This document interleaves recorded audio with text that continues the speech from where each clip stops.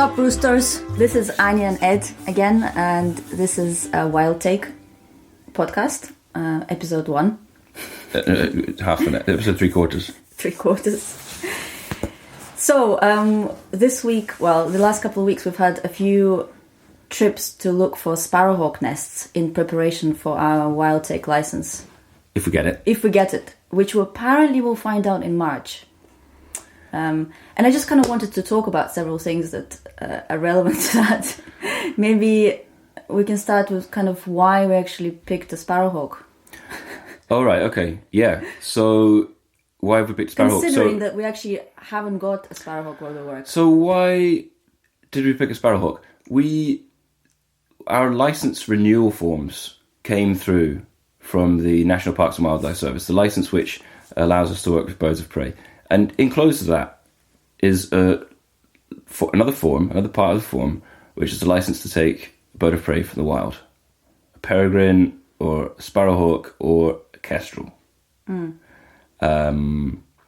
I don't know why, I just got it into my head that we should apply. I don't know why. I sort of thought it's so amazingly unlikely that we would get it, because as I understood it, it was a ballot, and I thought to myself, we know where there's at least 2 peregrine nests, so let's put in for a Wild Take peregrine license and try to and then if the fates wish it, right, then we'd be able to then we'd cross that bridge when we come to it, you know. And if it's meant to be, then it'll happen, kind of thing. And then it was kind of like this idle thought, and we started thinking, would it really be possible? Blah blah blah. And we weren't even thinking about sparrowhawks. Yeah, because in most countries and most falconers would actually buy their birds of prey online. Well, over a catalogue, you know. Yeah. They just get them from breeders. So it just seemed like a really, really fun adventure, really, to look for a nest and then find one. And the main reason why we decided sparrowhawk in the end is because we met some people at the Irish Hawking Club who were very encouraging for us to take a sparrowhawk. Yeah. For several reasons, actually. Yeah, and as soon as they said them, it was just made complete sense. And the idea that we would ever, or at this point, won't be that a peregrine was a good idea, just rapidly, it was just like, what were we thinking? In a way, we thought it through, but then the big thing is where to fly it and what to fly it at. We don't live in a place where there's big open bog where we can take peregrine hunting moorland birds like snipe and things. You need a pointer as well, so we need to find a training dog. So with the sparrowhawk, it's a bit easier. You sort of on foot. All you need is a stick or a car, and you just with this bird or a dog. Or well, you can also have a dog, obviously. But anyway, so that was the choice. And we spoke to. Well, we were in the bar in the hotel where the Irish Hawking Club AGM was going to take place, and they were like really encouraging of the idea of taking a sparrowhawk, and that really got us thinking. So it completely sort of changed our direction in terms of licensing. But so since we decided we would take a sparrowhawk, since we decided we can take a sparrowhawk and we've applied for a license, we've been sort of preparing for it. We've been ordering books and looking for nest sites. Obviously, it's too early to see any nests, really, and we haven't even heard any sparrowhawks coursing each other or making any noises. It's only just end of February. So, but we have been on the look, and we've made several trips to the woods in various locations to look for them. So, it's just like a really great experience, actually. And it was fun and a very unusual thing to be doing, searching for something on the ground for an hour. Why on the ground, though? Well, I felt like my eyes were like fixed on the ground, with different mosses and just completely searching, like in a way, like a forensic scientist or something, searching for evidence of a kill, because what are we actually looking for? Yeah. So when we've been looking for old sites where a male during breeding season kills before presenting them to the female. Right? They're called plucking posts. So we're looking for evidence old, but as many people have said, by this point, after an entire year, especially given the horribly wet year we've had, the evidence will be washed away or covered in leaves, just gone basically, because it's the feathers of tiny birds, What kind of things are we looking? I mean, what kind of birds are we talking here? Woodland birds, the kind of things that males would be catching, so, tits, blackbirds, maybe starlings, maybe, that kind of thing, finches. So they're tiny feathers, Yeah. So, and then also, I suppose, just kind of, if there's an area where if you're in an area where there's been a nest in the past, maybe you'd be able to see old nests, maybe you'd be able to see evidence of lots of mutes around the nest, lots of droppings around the nest. So that's why we're looking at the ground so much, because all of the evidence is down the ground. But we were looking up at the trees as well and trying to see nests a couple of feet wide, I think, shallow nests close to the trunk, maybe 2/3 of the way up a old pine tree or that kind of thing. And pine trees actually is important because although you can also find sparrowhawks in the gardens and kinds of places, they really prefer really old pine trees in a mixed woodland. According to some people, yeah. And they like ivy apparently, which makes seeing the nest from the ground really difficult, actually. Yeah, I think but also the other thing. I mean, I have read this thing about them preferring pine trees, but I think maybe that was in a specifically Irish context, and maybe all they've got a lot of places, all they've got is pine trees. So there's not so many old forests. And I think the other thing to say about sparrowhawks, like one thing that loads of people say is just they're super adaptable, and in fact, we know of people who've found nests in the wide open expanses of Connemara, and the nests are not on the ground; they're in trees. But the sparrowhawks have to deal with low trees, almost like shrubs, because that's the only thing that's available to them. So definitely adaptable, I mean, how widespread are sparrowhawks really in Ireland? Do we know this? No, I don't think there's no. I think there's no official figures, actually. But I think everyone who knows anything probably agrees that they're really, really widespread. The amount we've actually seen them, and the amount of available habitat and food. There's just and they're really difficult to spot. So like most people might not even know that there's sparrowhawks living within the vicinity because the males are tiny. They're only like 170 grams, and females can be like 260, 300 grams. So we're talking about like tiny birds. When I was I suppose like 8, 9, 10, 11, 12 years old, and I was going out doing a lot of bird watching in groups with the YOC in Scotland. What everyone always said about sparrowhawks was that you often think it's a pigeon because you see this flash of grey flying through a woodland clearing or in a park or whatever, and it's sort of got there's something pigeon-like about it or whatever. But and that always has been a useful thing. When I see something and I think it's a pigeon, think again. But since I've actually seen sparrowhawks up close, we can talk about how that happened.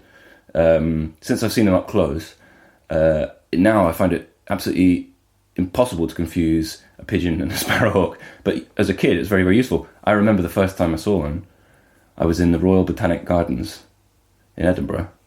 We were bird watching. We didn't often go to the Royal Botanic Gardens. And I don't even remember if I actually saw it. I think maybe we just saw somebody went, "Oh look, there's that thing," and you saw a flash or something. I don't even remember if I actually saw it. But I remember afterwards everyone going, "Sparrowhawk, sparrowhawk," because the leader of the group was like, "Yeah, that's definitely a sparrowhawk," Wow. So that that's the other thing about sparrowhawks is that because they're so difficult to see, because they're so reclusive and they're so fast, and because the number of times you see them is pretty few, that when you do, it's really special and really memorable. Well, I think it's quite normal, like what you're saying about them being very similar to a pigeon. In this book that we're reading now, A Hawk for the Bush, and he talks about how sparrowhawks, when they're trying to make a kill, they actually try and disguise as a bird that is, non-predatory. So they might look like a pigeon or like a curlew or something flying around, And that's what peregrines do as well. They disguise, you know. They like to ambush things, so they have to look like something that isn't very threatening. So, Yeah. So actually, so we were looking for sparrowhawks. Yeah. In this different set of woodlands. Did we find any signs? No, we didn't. well, hold on. We didn't find any signs, but on one of the outings, we did see a sparrowhawk. Oh, we did. Yes, Okay, you did. I did. With your brother, yeah. Yeah. So we're going to talk about the different outings briefly, and just what was the result, Yeah, I and mean, what did we learn. Where was it? I kind of there were 3 different outings. Okay, so the first one was when my brother was visiting, and it was by canoe, and it was a beautiful day, and I've actually written about it on the website, wildtake.org, a little bit of a blog post there, a couple of photographs. It was a really, really nice day. Go there, look at the photographs. You'll see it was a gloriously sunny blue day with very, very calm water, just perfect for canoeing. And the whole idea of the trip was to go and paddle around the outside of this place called White Island, which is on Loch Mask. And the reason we went there is because we'd heard from somebody we know quite well that sparrowhawks nest every year on White Island. So and we they tend to nest in the same areas usually. Exactly. So we thought, let's go there. My brother and I on the canoe. And as we were trying to get the canoe down to the water on foot, that was when we saw a sparrowhawk, and it landed on a tree above the path. It was a musket, male sparrowhawk, and he took off again after a few seconds.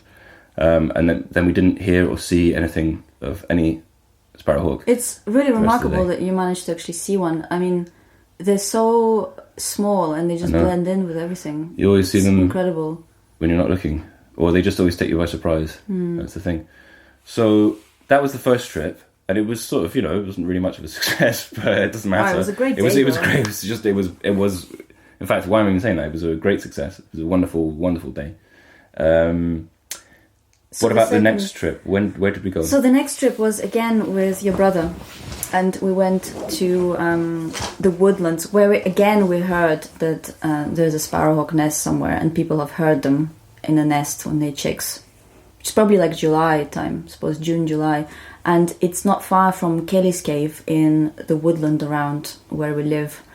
And what did we do? We kind of just walked around. I mean, I fell into this really deep hole. That's basically what I remember from it. Just being terrified, just walking around, looking under my feet and looking for signs and clues, and then falling through deep into a giant hole in the ground and almost breaking my knees. Did you see anything then? I saw badger holes. Oh, badger holes. I saw a badger set, which I'm pretty sure is still in use. And you were not carrying a stick. That's true. I didn't have my badger stick with me. And we also saw some well-used animal paths, which was pretty cool. And we saw mutes. We did see mutes. We saw this area of loads and loads of mutes, but they were all kind of... too large somehow. Too large. I think there must be a pigeon roost, or maybe it's an owl or an owl sits or something like that. Or a buzzard, yeah. But it's just nice to be... Like, we were in this bit of woodland we'd never been to before, and obviously looking for something like a sparrowhawk gives you reasons to venture into places where you never go otherwise. There's random bits of woodland, just mossy paths. There's not really anyone walking around, just animal tracks. It's just nice to be out, I really enjoyed it. It was really fun. It felt like Indiana Jones being in the woodland, sort of adventuring, looking for this elusive animal, hunting it down. Yeah, except Indiana Jones is all about archaeology. Well, and so in fact, actually, in a way, it is archaeology. We're looking for, signs of plucking, which was probably like a year ago. I don't know, but it's really cool because, we'd just be like, if it wasn't for this search, we'd probably just be staying at home and doing other things. But because we have to look for these things, we are forced to go out and explore these bits of land around us where we've never been before, which is very nice. It really feels like it's connecting us more to this place where we live now. Absolutely. It's lovely. My brother was with us that day as well, and he did see a bird. He was getting into it.